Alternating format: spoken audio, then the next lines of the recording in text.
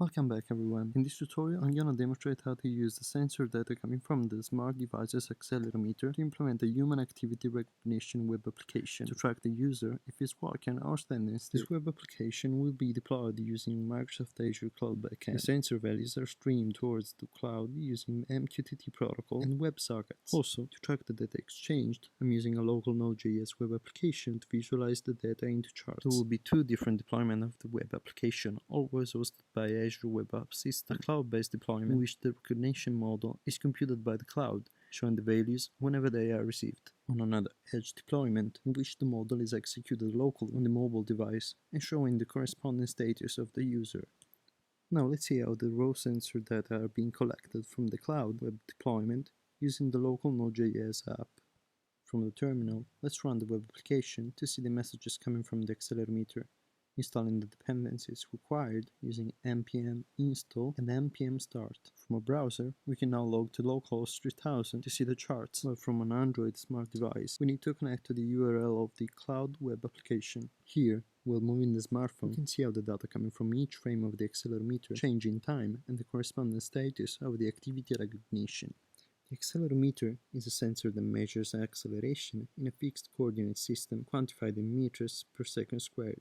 We need these sensor values to recognize the activity that the user is carrying out, such as walking or either standing still.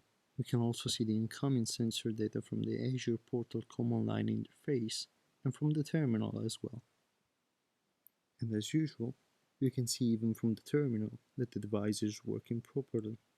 And if you're planning to run your experiments on Apple devices, you can try Device Motion Web API. Again, as done before, we can use another web application to track the status of the user that is running the Edge web application executed on his device. Again, the user needs to connect to the URL of the Edge application.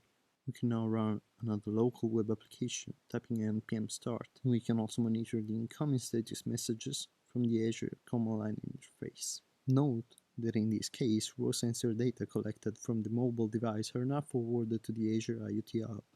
From the same address used for the previous cloud deployment web application, we can track the status of the user, translating the raw data into activity recognition, telling if the user is moving or still in a fixed position. The activity is also visible on the Edge web application from the smartphone. You can find all the necessary code to start building your application in the description below, and you can also find a detailed hands-on tutorial with detailed instructions on how to build and set up your web application using Microsoft Azure and the Genetic Sensors API. Thank you for watching.